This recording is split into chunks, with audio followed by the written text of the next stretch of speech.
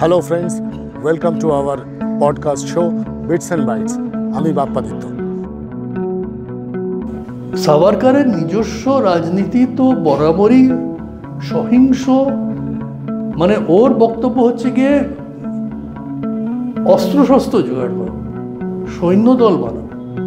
মূলত ওর বক্তব্য হচ্ছে গিয়ে গান্ধী আবার সেই অহিংসার মাধ্যমে হিন্দুদের দুর্বল করে দিচ্ছে, যার সুযোগ নেবে মুসলিমরা। একজন নিষ্ঠাবান হিন্দু হিসেবে নিষ্ঠাবান মুসলিমরা তাকে বিশ্বাস করে, গান্ধীকে নিয়ে যাচ্ছেন কারণ উনি হিন্দু বলে, উনি নিষ্ঠাবান হিন্দু বলে। কিন্তু এইখানে অন্যদিক সেটা সাভারকারের, উনি ভয়ানকভাবে এই জাতিভেদ প্রথার বিরোধী। উনি তো নিষ্ঠাবান হিন্দু আদৌ না, উনি কোনো ধর্মীয় আচারে বিশ্বাস করতেন না। আচ্ছা, কোনোদিন কোনো ধর্মীয় আচার পালন করেন, হ্যাঁ। এবং হিন্দু ধর্মের আচার এই যে সম্বন্ধে যে সমস্ত কথা উনি বলেছেন, যেরকম এই তখন তো এটা খুব চলছে গৌরক্ষা আন্দোলন, তাই নিয়ে সাভারকারের বড় বড় প্রবন্ধ হচ্ছে, মানে ব্যঙ্গ করে বলে যে গরু খুব উপকারী জীব, কিন্তু যে গরু নিজের মলের ওপর বসে থাকে তাকে দেবতা হিসেবে, তাকে মা বলে পুজো করবো, এই কি করে হয়? এটা ভিজুয়াল ইমেজ যেটা তৈরি করা যায়, হ্যাঁ। এবং এই ভিজুয়াল ইমেজ ভারতবর্ষের মতো দেশে তো খুব খুব বেশি করে চলে, কারণ এখানে পড়তে জানলেও কত লোক আর খবরে কাগজ পড়ে, হ্যাঁ, কটা লোক আর এমনি টেক্সট পড়ে। এখন তো অনেক এমন মানে শিক্ষিত লোকেরাও এখন প্রধানত এই ইমেজ নির্ভর যে প্রচার সেটাই তারা ফলো করে।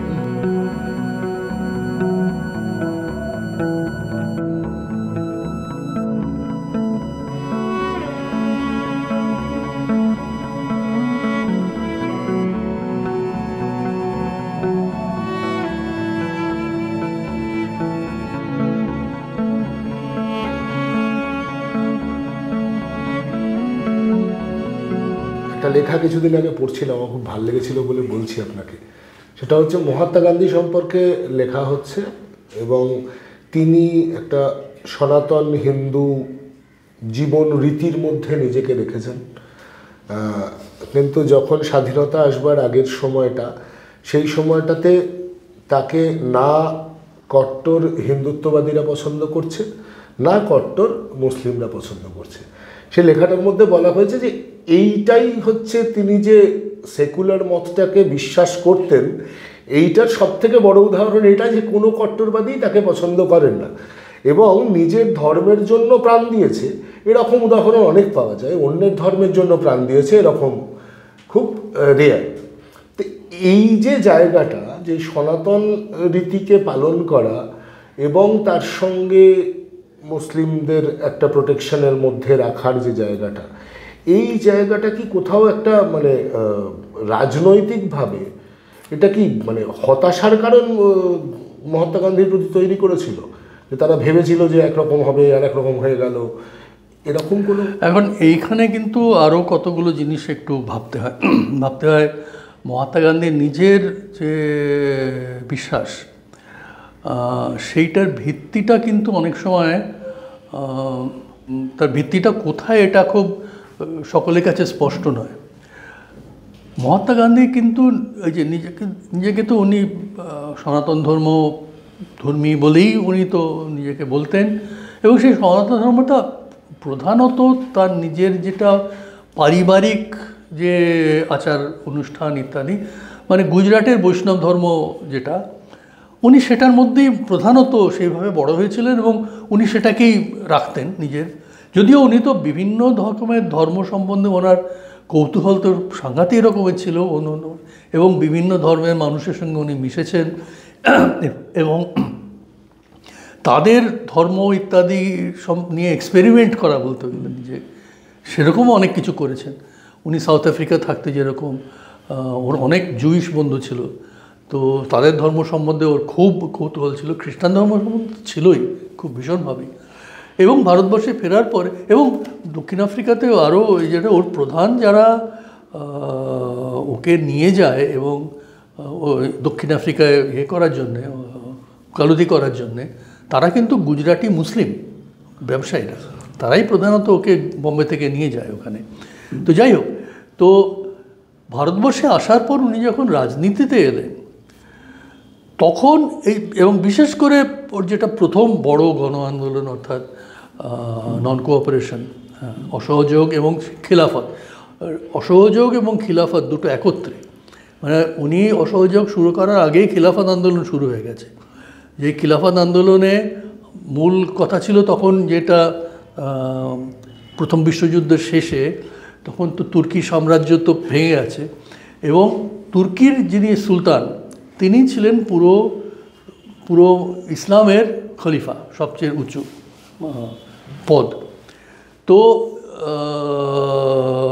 যেহেতু তুর্কি সাম্রাজ্য ভেঙে গেল, ব্রিটিশরা আর ওকে খলিফা বলে মানল না, তাই নিয়ে খিলাফত আন্দোলন, যে ওকে আবার খলিফা হিসেবে স্বীকৃতি দিতে হবে, এই হিসেবেই কিন্তু খিলাফত আন্দোলন ভারতবর্ষে শুরু হয়। তো তার যে দুজন প্রধান নেতা ছিলেন মোহাম্মদ আলী আর শওকত আলী, তো তাদের সঙ্গে মহাত্মা গান্ধীর মানে একটা যৌথভাবে তারা এই আন্দোলনটা করে।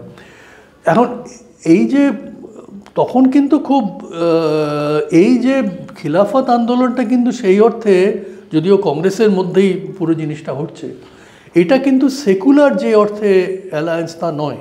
এটা পরিষ্কার একদিকে হিন্দু এবং আরেকদিকে মুসলিম, দুটি জনগোষ্ঠী একত্রিত হয়ে এই আন্দোলনে অংশ নিচ্ছে ব্রিটিশদের বিরুদ্ধে। এইভাবেই কিন্তু জিনিসটা করা হয়। এবং প্রত্যেকটা এই যে খিলাফতের সময় যে তখন যে বড় বড় মিটিং হতো, সেগুলো সবেতেই কিন্তু এই জিনিসটা সবসময় তার যেটা মঞ্চ হতো, সেই মঞ্চে একদিকে হিন্দুদের নানা রকম যে সিম্বল থাকবে, ইসলামের সিম্বল থাকবে, আচ্ছা, মুসলিম নেতা থাকবেন, মুসলমান নেতা থাকবেন, হ্যাঁ, এইভাবে কিন্তু সমস্ত করা হতো। দুটো এই ছিল, একদিকে তখন তো ওই প্রথম গান্ধী টুপি চালু হলো, হিন্দুরা পরবে গান্ধী টুপি আর মুসলিমরা পরবে যেটা রুমি টুপি বলতো, ওই ফেজ, লাল রঙের ফেজ, ওই একটা এদিকে এরকম একটা ঝোলে, সেই ফেজ টুপি, এটা তুর্কির টুপি। এইটা একেবারে সারা অসহযোগ আন্দোলনে এই জিনিসটা চালু হয়েছিল। এবং সেই সময় অনেকেই মানে ইতিহাসে বইতে পড়লেই দেখা যাবে, এই বিশেষ করে খিলাফতে তো প্রচুর, সে তখনকার দিনে যারা আলেম, এমনকি মৌলবী, এরা মসজিদের ইমাম, এরা সমস্ত এই খিলাফত আন্দোলনে নেমে এই ব্রিটিশ বিরোধী আন্দোলন, এটা রাজনৈতিক আন্দোলনে তারা কিন্তু অংশ নিচ্ছে। এই প্রথম মুসলিমদের মধ্যে এত ব্যাপকভাবে একটা ব্রিটিশ বিরোধী আন্দোলন এসে, মানে ঊনবিংশ শতাব্দীর পরে এই প্রথম এইভাবে এটা হয়েছে। হ্যাঁ, তো সেইখানে কিন্তু একটা প্রধান বড় যেটা অংশ ছিল, সেটা হচ্ছে গিয়ে মসজিদে, প্রত্যেক শুক্রবারে যে মসজিদে নামাজ হয়, সেই নামাজিদে যেখানে যে জামাতটা হয়, সেইখানে তো একটা চিরাচরিত প্রথা, যে ইমাম যিনি করবেন তিনি একটা বক্তৃতা দেবেন, হ্যাঁ, শুক্রবারের নামাজে পরে যেটা। এই বক্তৃতাগুলো তখন একদম পুরো এই ব্রিটিশ বিরোধী রাজনৈতিক বক্তৃতা, সব জায়গায় এটা হতো এবং ইমামরা এই বক্তৃতা করতেন। বহু জায়গায় গান্ধীকে নিয়ে যাওয়া হতো মসজিদে, এমনকি জামা মসজিদে পর্যন্ত, দিল্লির জামা মসজিদে, সেখানকার ইমাম গান্ধীকে নিয়ে গেছেন ওই শুক্রবারের নামাজে বক্তৃতা করার জন্য।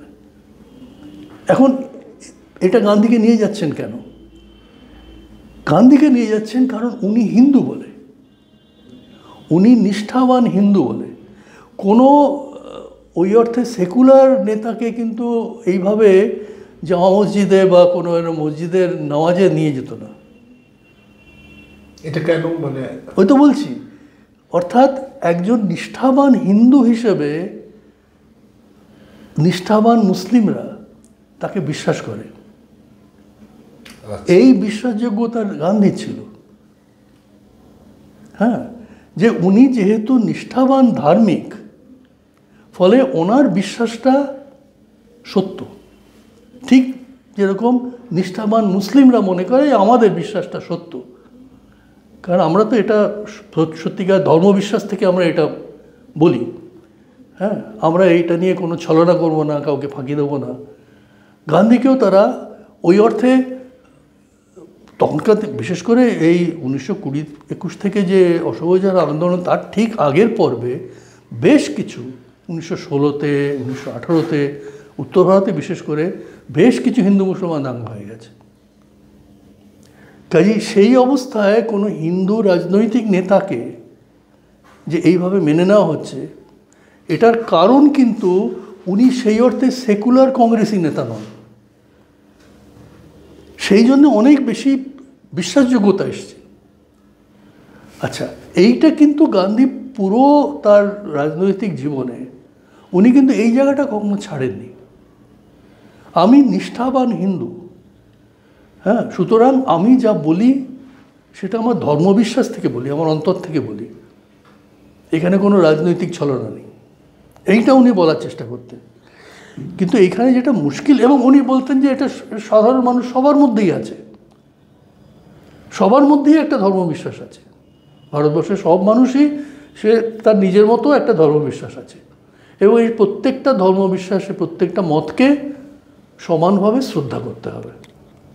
অর্থাৎ আমি যে যারা ইসলামে বিশ্বাস করে, হ্যাঁ, আমি তার বিশ্বাসটাকে আমি বলছি না যে আমি সেই বিশ্বাস করব, আমি মুসলিম হব, এই কথা আমি বলছি না, বা তাকে কখনো বলছি না যে তুমি আমার মতো বৈষ্ণব হও, কিন্তু আমি তোমার মতটা শ্রদ্ধা করব, তুমি আমার মতটা শ্রদ্ধা করবে।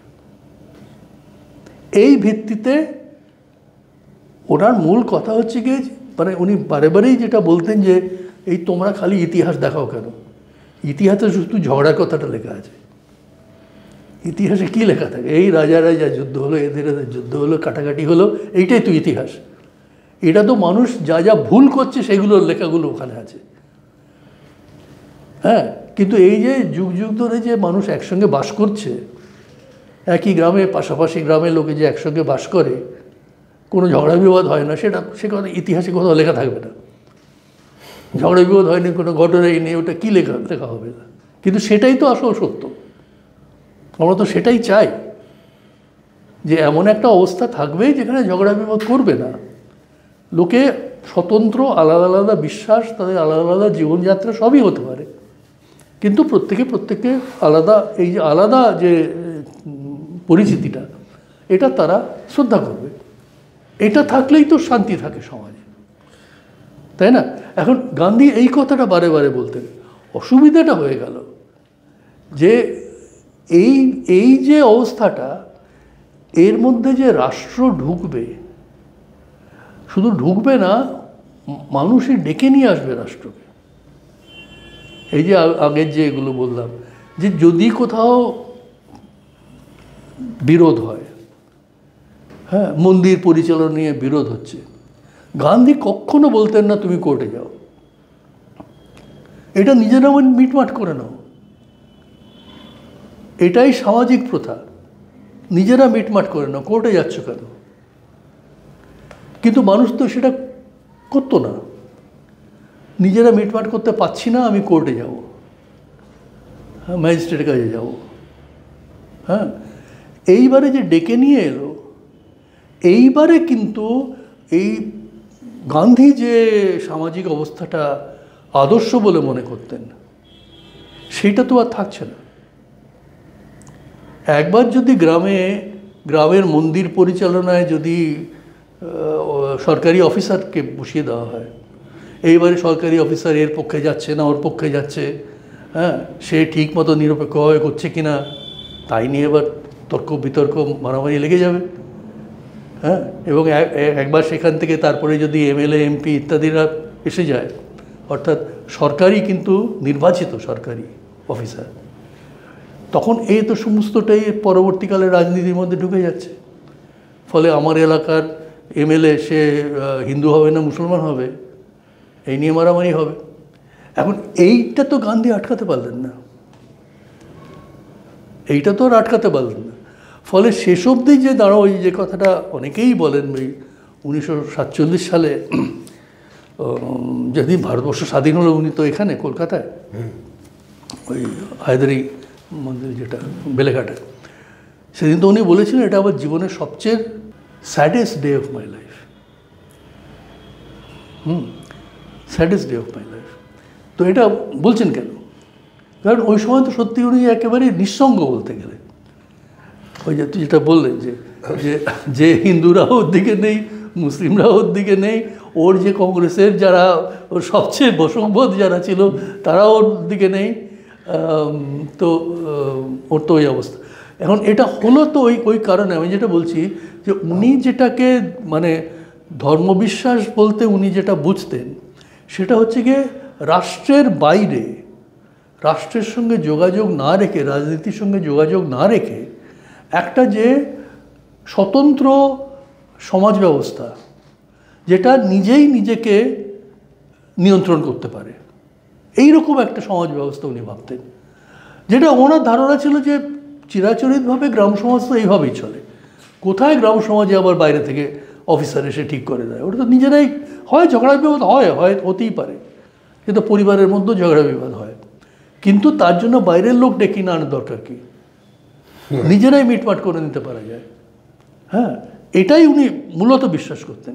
কিন্তু এই যে যেটা ওই একটা গ্রামের বিবাদও তো আর গ্রামের বিবাদ থাকলো না, একটা গ্রামের বিবাদ সেটা তখন বড় একটা রাজনীতির সঙ্গে, তার সব রাজনৈতিক ইস্যুর সঙ্গে, রাজনৈতিক নেতাদের মানে একটা গ্রামে একটা ছোটোখাটো মারামারি হচ্ছে, তারপরে এমন একটা অবস্থা দাঁড়ালো সেখানে সমস্ত বড় বড় প্রাদেশিক নেতারা গিয়ে হাজির হলেন, বক্তৃতা করলেন, এ তো হয়েই যাচ্ছে, তাই না?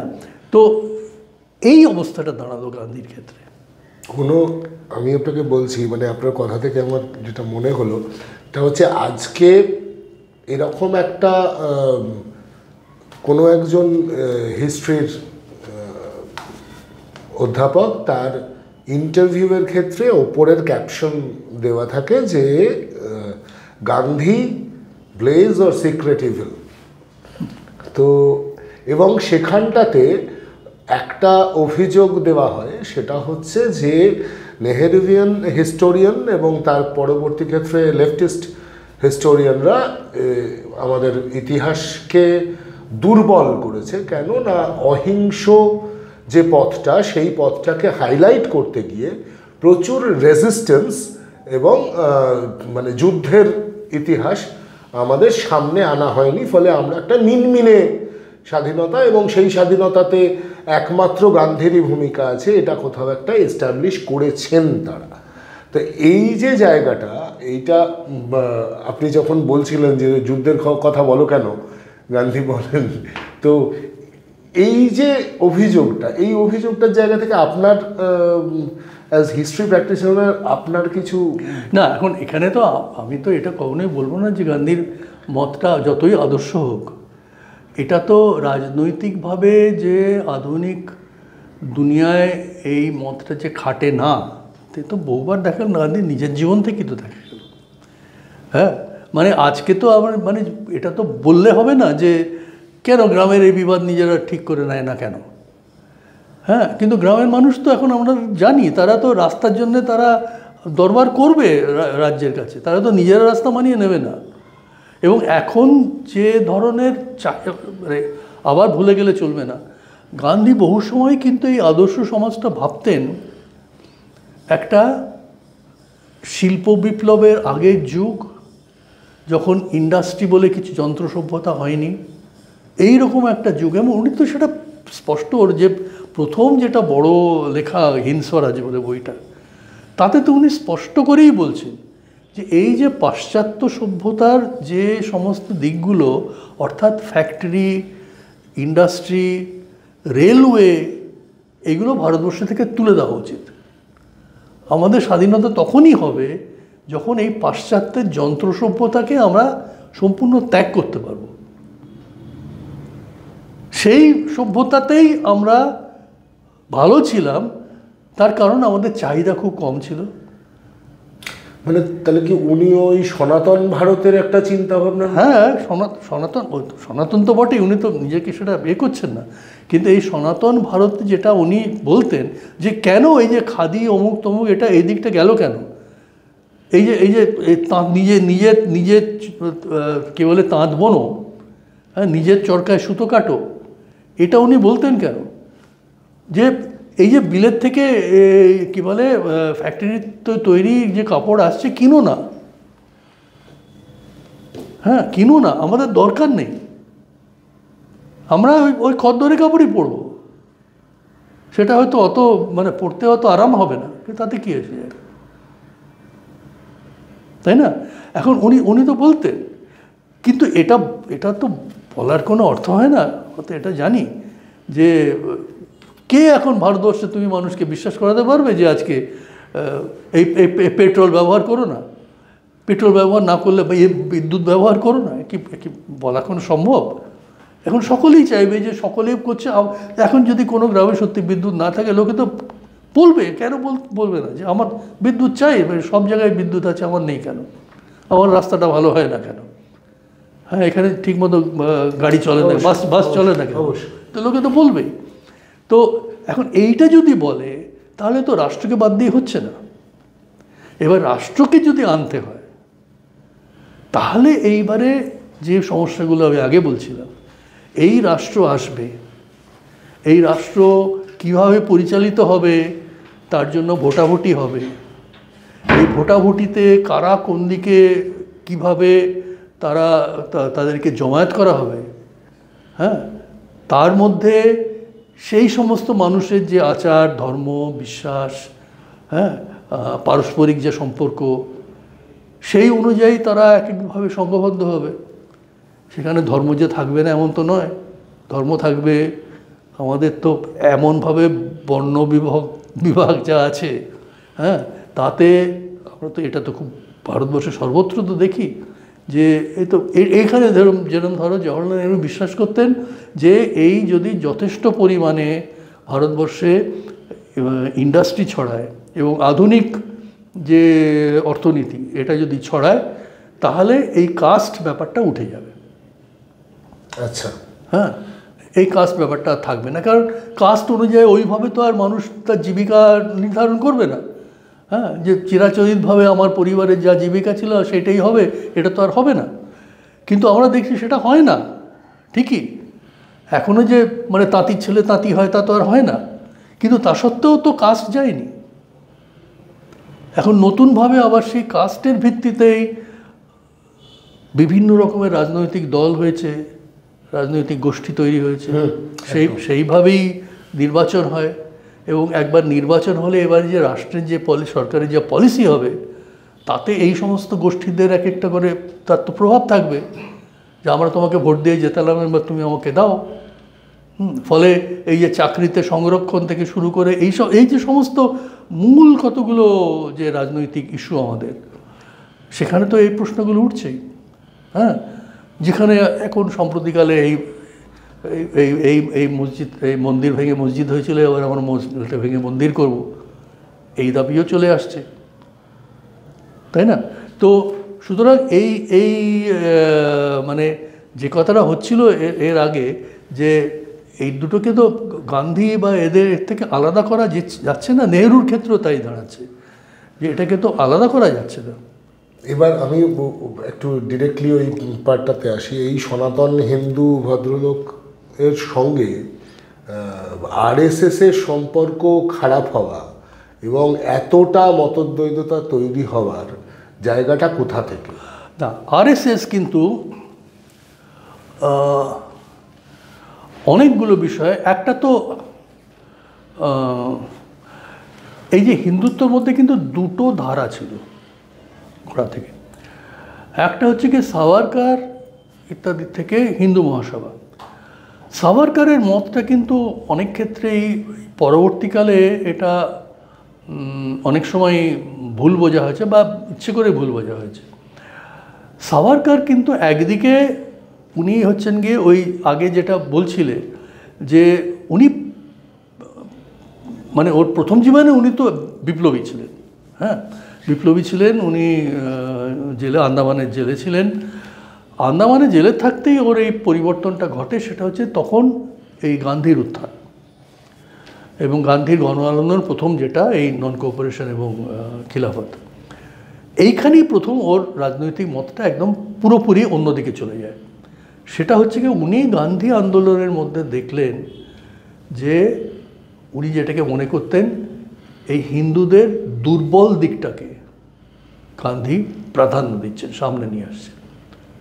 এটা হচ্ছে গিয়ে দুর্বল দিক, এই যে অহিংসা হচ্ছে গিয়ে দুর্বল দিক, এবং সেটা উনি ফেরত নিয়ে যাচ্ছেন এই বৌদ্ধদের।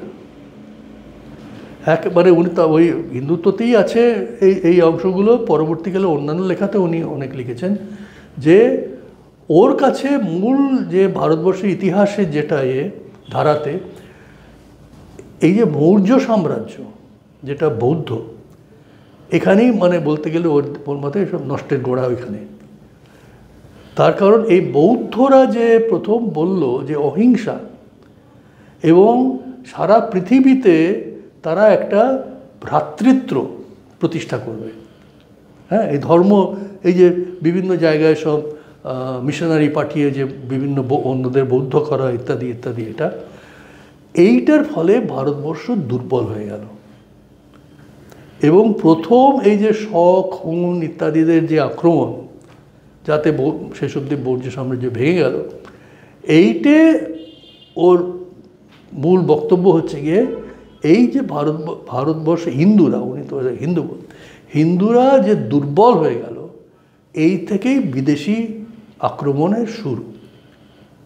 হ্যাঁ, এবং সিপাহি মিউটিনি নিয়েও তার একটা সিপাহি মিউটিনি বইটা কিন্তু তার আগে, মানে সিপাহি মিউটিনি সম্বন্ধে উনি যেটা বলছেন সেটার সঙ্গে এটা কিন্তু একটু তফাৎ আছে। কারণ সিপাহি মিউটিনির সময় উনি কিন্তু খুব বেশি করে হিন্দু এবং মুসলমান যে একসঙ্গে লড়েছিল, আচ্ছা, এই কথাটা উনি বারে বারে ওইখানে বলেছেন। হ্যাঁ, এবং ফার্স্ট ইন্ডিপেন্ডেন্ট, হ্যাঁ হ্যাঁ, কিন্তু কিন্তু ওখানে তো হিন্দু এবং মুসলমান একসঙ্গে লড়েছিল। হ্যাঁ, পরবর্তীকালে কিন্তু ওই দিকটা উনি আর বলতেন না। উনি বারে বারে বলতেন যে এই যে হিন্দুদের এই যেভাবে দুর্বল করে দেওয়া হচ্ছে, এর জন্যেই উনি তো পরবর্তীকালে যে মুসলিম আক্রমণ ইত্যাদি সবটাকেই ওইখান থেকে, ওই পুরো গোড়ায় বৌদ্ধদের যে দুর্বলতা, সেইখান থেকে উনি টেনেছেন। এবং টেনে বলছেন মূলত ওর বক্তব্য হচ্ছে কি গান্ধী আবার সেই অহিংসার মাধ্যমে হিন্দুদের দুর্বল করে দিচ্ছে, যার সুযোগ নেবে মুসলিমরা। এই দুর্বলতার সুযোগ নিয়ে এই যে খিলাফত আন্দোলনের মধ্যে যে মুসলিমদের আনা, এইটাকে উনি ভীষণভাবেই অপছন্দ করতেন। সাভারকারের নিজস্ব রাজনীতি তো বরাবরই সহিংস, মানে ওর বক্তব্য হচ্ছে গিয়ে অস্ত্রশস্ত্র জোগাড় করো, সৈন্যদল বানাও, সেনাবাহিনী দিয়ে ব্রিটিশকে উৎখাত করতে হবে। হ্যাঁ, ওর এবং এই শিক্ষাগুলো একদম ইউরোপ থেকে নেওয়া। ইউরোপে ইটালি, ওর প্রথম বই হচ্ছে গিয়ে মাৎসিনির উপর। মাৎসিনি যিনি ইটালিতে ইটালির স্বাধীনতা, সেই মাৎসিনি এবং তার গ্যারিবল্ডি যে সৈন্যবাহিনী তৈরি করে, হ্যাঁ, তখন এই বিভিন্ন ইউরোপীয় যে সাম্রাজ্য, তখন ইটালি তো একদম টুকরো টুকরো ছিল, সেইটাকে একত্রিত করে সেনাবাহিনীর সাহায্যে। ওর দ্বিতীয় উদাহরণ ছিল আয়ারল্যান্ড। আয়ারল্যান্ডেও এই আইরিশ রিপাবলিকান আর্মি, হ্যাঁ, সশস্ত্র যুদ্ধে ব্রিটেনকে কাত করে স্বাধীনতা আদায় করে। হ্যাঁ, এবং এইটাই ওর কাছে মূল আদর্শ ছিল। কিন্তু এইখানে অন্য দিক যেটা সাভারকারের, উনি ভয়ানকভাবেই এই জাতিভেদ প্রথার বিরোধী, জাতিভেদ প্রথার বিরোধী ভীষণভাবে। আচ্ছা, এবং উনি তো নিষ্ঠাবান হিন্দু আদৌ নন। উনি কোনো ধর্মীয় আচারে বিশ্বাস করতেন না। আচ্ছা, কোনোদিন কোনো ধর্মীয় আচার পালন করেননি। হ্যাঁ, এবং হিন্দু ধর্মের আচার এই যে সম্বন্ধে যে সমস্ত কথা উনি বলেছেন, যেরকম এই তখন তো এটা খুব চলছে, গৌরক্ষা আন্দোলন, তাই নিয়ে সাভারকারের বড় বড় প্রবন্ধ আছে। মানে ব্যঙ্গ করে বলে যে গরু খুব উপকারী জীব, কিন্তু যে গরু নিজের মলের ওপর বসে থাকে তাকে দেবতা হিসেবে তাকে মা বলে পুজো করব, এই কী করে হয়?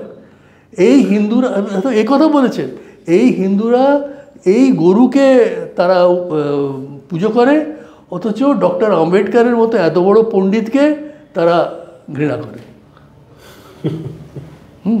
এই সমস্ত মানে, এবং এই হিন্দুদের আচার নিয়ে উনি একেবারে একের পর এক প্রবন্ধ আছে এই আচারে, মানে উনি একেবারেই ওই অর্থে উনি নিজেকে নাস্তিক বলতেন, নাস্তিক, কিন্তু ওর কাছে হিন্দুত্বটা রাজনৈতিক, একদম সম্পূর্ণভাবে রাজনৈতিক মতবাদ। ওর কাছে হিন্দু কে? যে ভারতবর্ষের যে ভৌগোলিক যে সীমানা, তার মধ্যে যারা জন্মেছে এবং যারা বাস করে তারা হিন্দু, হিন্দুস্তান হিন্দু, এই তারা সেইটাই হিন্দু। ওরা হিন্দুস্তান বলতেন, হিন্দুস্থান। আচ্ছা, হ্যাঁ, উনি আবার ওটা খুব আলাদা করতেন। হিন্দুস্তান তো আবার ফার্সি শব্দ। তো যাই হোক, তো তো সেই হিন্দু, এবং সেখানে যারা বাস করে তাদেরকে এই, এবং অর্থাৎ পুণ্যভূমি বলতে হবে। এই ভারতবর্ষকে যারা পুণ্যভূমি বলে মানে, পিতৃভূমি আর পুণ্যভূমি। পিতৃভূমি অর্থে যার পূর্বপুরুষরা এইখানে বাস করেছে, এবং পুণ্যভূমি মানে এই ভূমিকে যারা পুণ্য বলে মানে, যে কারণে মুসলিমরা বাদ, কারণ তারা মক্কা মদিনাকে পুণ্য বলে ভাবে। এই কারণে খ্রিস্টানরা বাদ, কারণ তারা ভাটিকানকে পুণ্যভূমি বলে ভাবে। আচ্ছা, আচ্ছা, এই হচ্ছে কি ওর কাছে হিন্দুত্বের, হিন্দু কারা, তার সংজ্ঞা।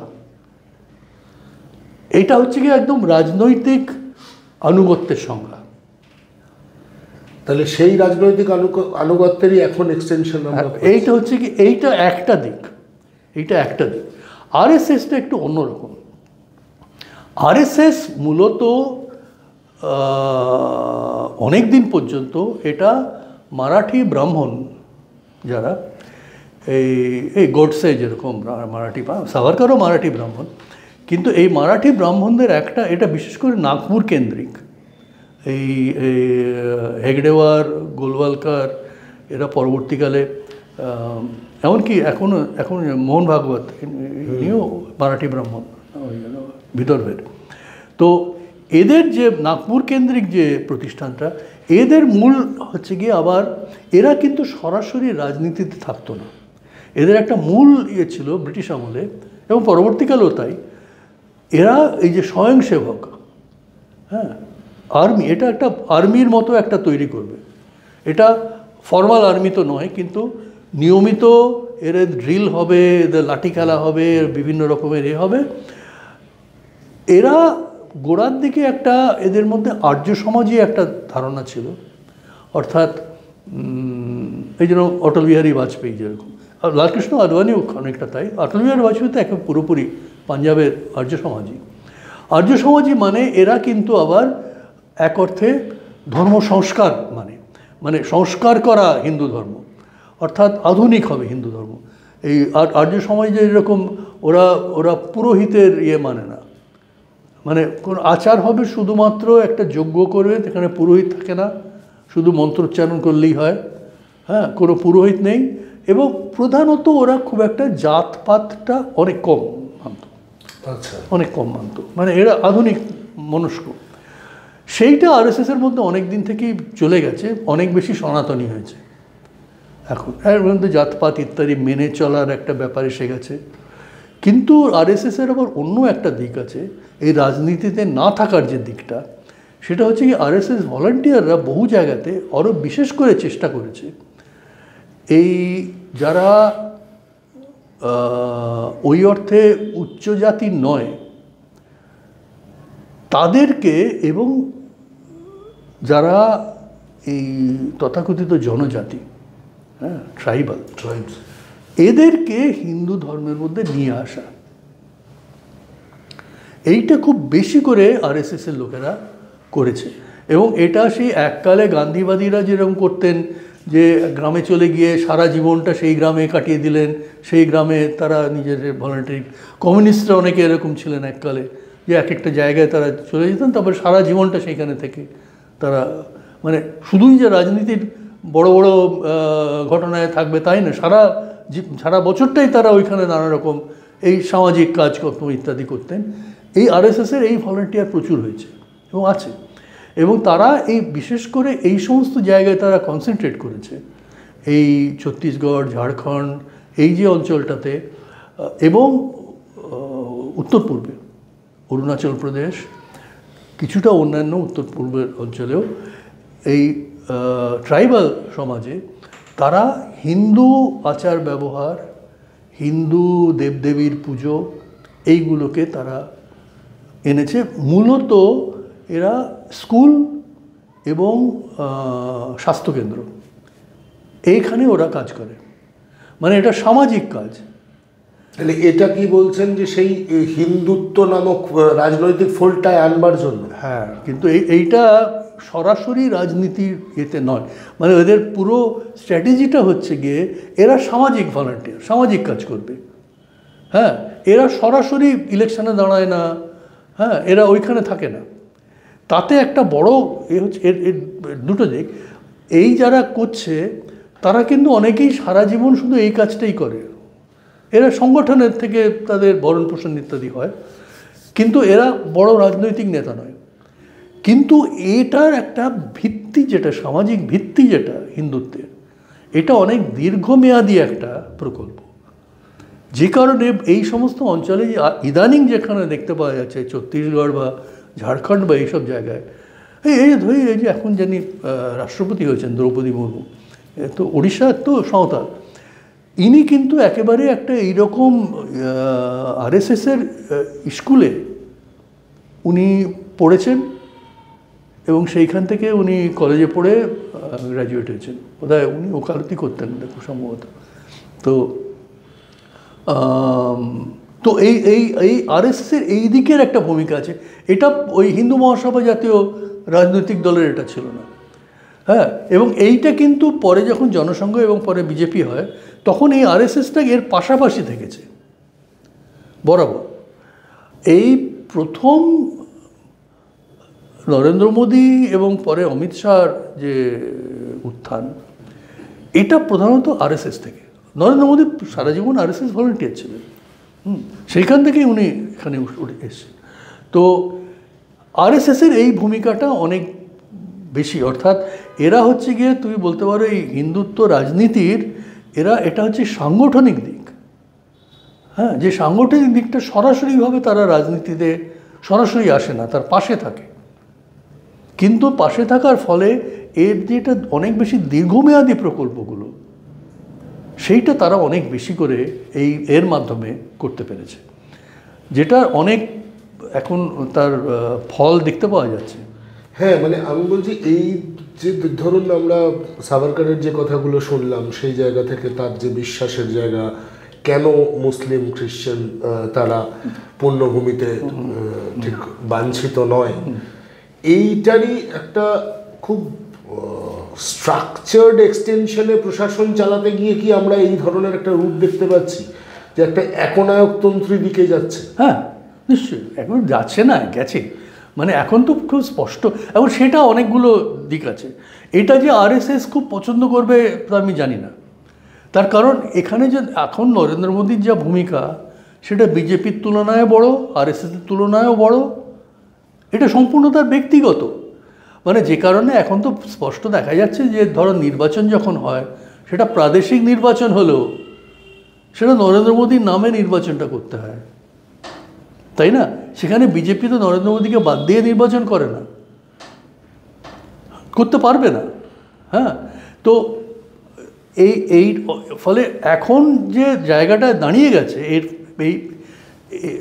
এখন এটা আবার ওই রাষ্ট্র পরিচালনার একটা কুফল বা সুফল যাই বলো, যে এইখানে একনায়কের যে ভূমিকাটা এবং এর সঙ্গে অন্য অনেকগুলো জিনিস, যেটা ওই মানে আরএসএস বা সাভারকারের সময়কার যে ধরনের রাজনৈতিক প্রচার, সেটা তার সঙ্গে তো মিলবে না। কারণ এখন যে মোদির একনায়কতন্ত্র বা তার যে ইমেজ, এর সঙ্গে যে আধুনিক প্রচার ব্যবস্থা, সোশ্যাল মিডিয়া, এই মোবাইল ফোনের ব্যবহার, হ্যাঁ, তার ইমেজটা তৈরি করা, এটা ভিজুয়াল ইমেজ যেটা তৈরি করা, হ্যাঁ, এবং এই ভিজুয়াল ইমেজ ভারতবর্ষের মতো দেশে তো খুব খুব বেশি করে চলে, কারণ এখানে পড়তে জানলেও কটা লোক আর খবরের কাগজ পড়ে, হ্যাঁ, কটা লোক আর এমনি টেক্সট পড়ে। এখন তো অনেক এমন মানে শিক্ষিত লোকেরাও এখন প্রধানত এই ইমেজ নির্ভর যে প্রচারটা সেটাই তারা ফলো করে, হ্যাঁ, ফলে সেখানে মোদির ভূমিকাটা অনেক বড়, আরএসএসের তুলনায়ও বড়, এবং হিন্দু মহাসভা তো আর নেই প্রায় বলতে গেলে, কিন্তু অন্যান্য হিন্দুত্ববাদী সংগঠন তাদের তুলনায় মোদির ব্যক্তিগত ইমেজটা আরও অনেক বড়।